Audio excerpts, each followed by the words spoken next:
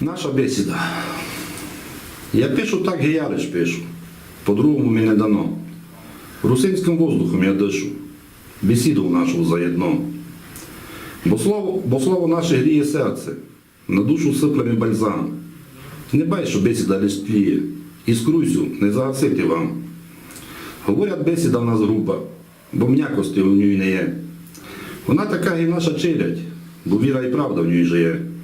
Не ганьблюся я своїм корінням і гордий їм за старшину, що бесіду не розгубили, донесли її до наших дну.